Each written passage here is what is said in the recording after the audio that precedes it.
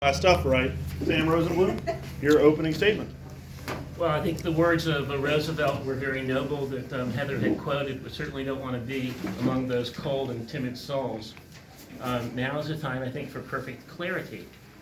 And, there should be no one sitting here if we don't believe in transparency. No one should be sitting here if we don't believe that schools should be safe. I think we all can agree with that. I was raised in PG County. I went to University of Maryland. I have a bachelor's degree in biophysics and a master's degree in nuclear engineering. I worked my entire career for the government. I worked for many different agencies. And as is the custom of the federal government, there's no real profit motive. You get to do lots of different things. And I saw a tremendous amount of really, really interesting, really complicated industry. And in my own industry, it went from the point where the United States was leading to the point where we were trailing.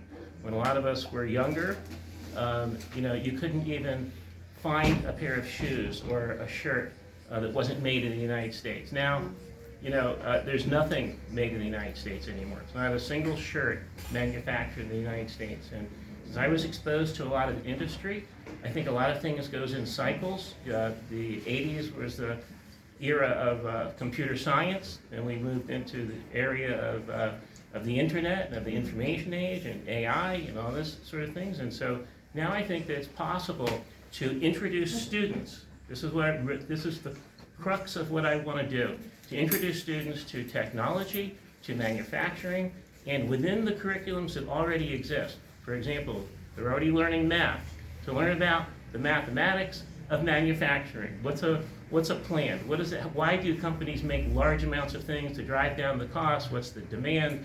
And so forth. And to keep on bringing students to visit some of the manufacturing that still exists. For example, the factory in Thurmont, the Northern Virginia Ryan factory, and able to then ask the people at these various places really important questions. And they will be able to see that when they ask really critical questions, that those students from Frederick mean business. Those students from Frederick may be the next generation to bring manufacturing back to a higher level.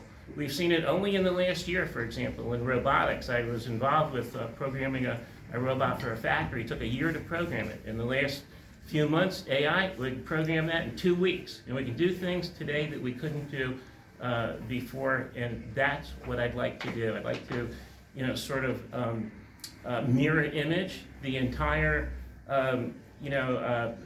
program that Trump wants to do. He wants to bring back manufacturing, bring back the supply line, and what I want to do is work from all phases of society, starting in the kids when they're in their high school and so forth. And there you go. All right. Thanks, Sam. Woo! All right, thank you, Sam. Next, we will have Mr. Jeff Seidel. Question here, and the candidates did earlier this evening get the topics, but not the questions. So kind of what to expect, but not everything. And I will repeat the question for each candidate, if you would like. So first question here. Policy 443, titled Ensuring Inclusive School Environments for Transgender and Gender Diverse Students, was most recently revised in December 2025. It addresses student privacy, family engagement, facility usage, and participation in athletics and extracurriculars. What is your position on the current policy, and what changes, if any, would you support to protect student safety and privacy while ensuring meaningful parental involvement? Well, I believe in clarity and keeping things simple. 443, in my opinion, can be completely disposed of. People have said, well, it has maybe some redeeming pieces here and there, but as far as all this is concerned, I think as long as it doesn't intersect with safety, then that is the primary issue. And I think there's already, policies in place to protect students. I think we can all agree that the schools need to be safe, no matter what the issue is.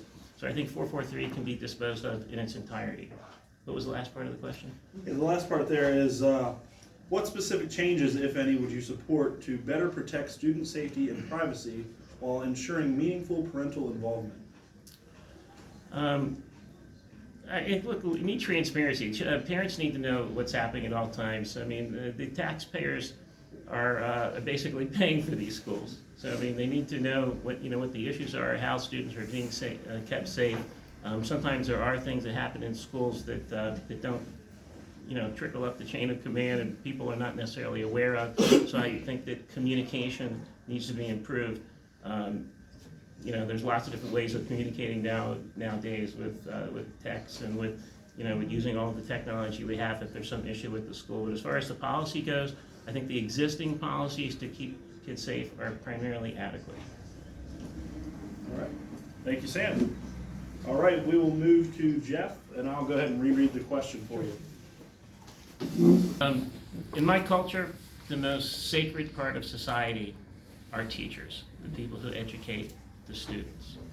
And the best performing teachers need to be compensated, and the lowest performing teachers need to be motivated to become better, to become more compensated. As far as retention goes, the answer is simple. We need to make Frederick great again. We need to make Frederick on the map. We need to be creative, we need to be inspirational, we need to have these really different kind of programs where we do crazy things and we get in the newspaper and we're doing stuff just like the first people that started these technology programs where they said, okay, some of the kids are gonna have a hybrid program, they're gonna become, electricians or plumbers. That was very innovative. Now a few different people have it, but we need to be even more innovative. We need to get on the map. We need to, show people that that we can inspire students to be the next generation of technology leaders. It could happen. I'm very optimistic. I think it could happen, and I think it could happen right here in Frederick. Good. All right.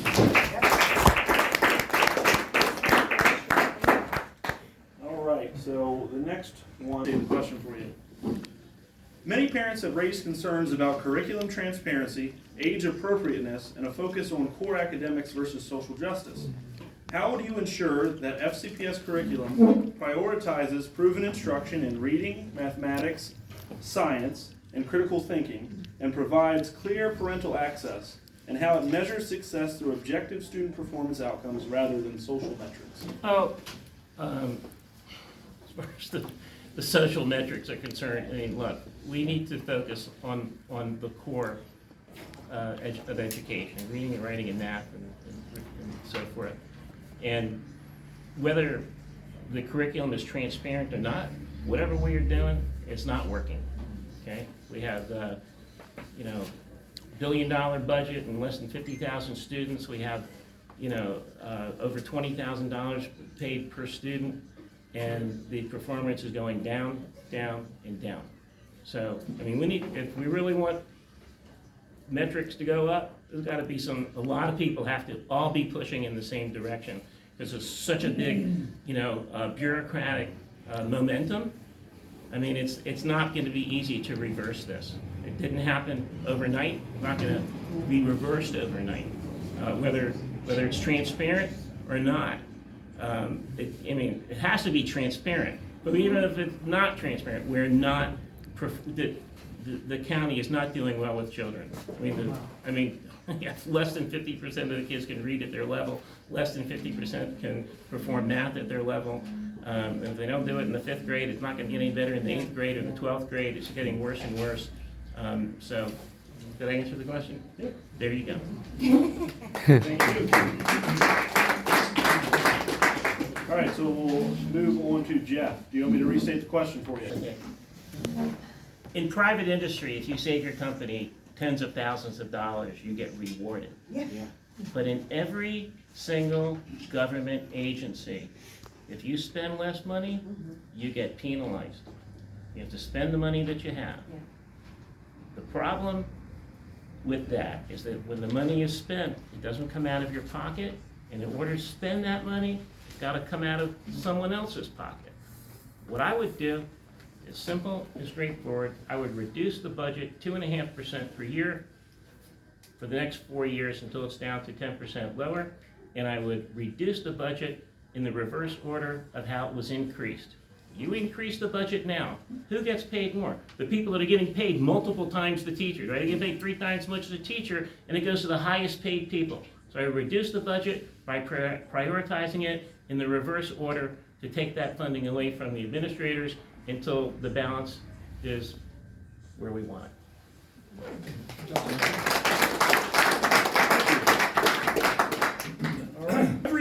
candidate is confident that they will win their election. With five conservative candidates, there's a chance that not every conservative candidate will make it through.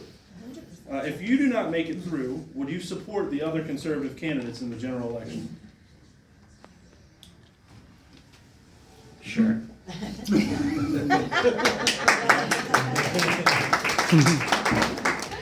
Sweets. Shelley, do you want me to reread it, or you got a beat on it? No, yeah, I can speak. So, you guys, my ego isn't in this. If I don't win, but Heather wins and Tyler wins and Sam, I would be very happy as long as we help these kids. I'm just here for the kids and the future of Frederick County. I want to see, the best for them and for my taxpayer dollars as well. So, yeah, I support all of these candidates up here.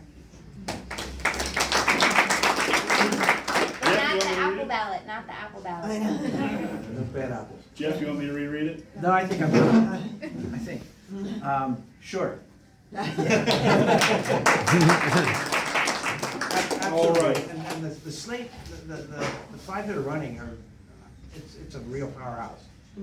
There's 7 people on the board, there's 4 vacant positions. In the primary, we all get to choose 4, and then the top 8 of those 14 that are currently running will go through to the primary, or to the general election. The general election, 4 of those 8 that get through will be elected to the board. And Vince, for your closing statement. On my website, I made a pledge in writing that if I was elected, I would donate the entire salary to, by payroll deductions and no games, donated to Maryland charities. I'm certainly not in it for the money. If I'm elected, the programs that I talked about inspiring people and through technology and introducing them to manufacturing and so forth, that would be a zero budget program. And if I had the color of authority, if I was elected to office, I would hit the street. I would hit the street running. I'd go to Annapolis. I get, find out, how do we get in contact with some of the bigger companies and so forth to explain to them that we need to get them on the agenda. We need to get tours of students, seeing how things are done and how things are made, and to try to get the gears in kids, heads going. We all know that only about a third of the kids can read according to their level and everything and do their math. But if you were successful and you got people thinking, and 1 out of 10,000, 0.001% of people said, I think I can do it. I think I can do it. That would be success. And that's what we have to try to do. We have to get people thinking and am I thinking? Oh, no, I'm just trying to get her to take some pictures. Children are not, they don't have the memory that we have, where the country did things differently. So they're not held back by that. And we see a lot of things that are in society that we didn't think were possible. And I think that there are a certain number of children that may think, oh, this is possible, let's try it. But we have to get them oriented to explain to them that the guy with the gigantic house, the big beautiful house, that's the guy that started a business 25 years ago. He's the guy that makes money off of other people's labor. And you can do it too. You can manufacture a pair of sneakers in the United States. You can manufacture something. You just need to get people, get their minds going. Just have a minute. Okay, we get their minds going, get the gears going, one and that's meeting, and that's why I'm running. And I'm sort of like a candidate virgin. This is my first time out, and I just always wanted to say, and I'm Sam Rosenbloom. I approve that. There we go. All right. And then we will have Shelley, 3 minutes for your closing statement.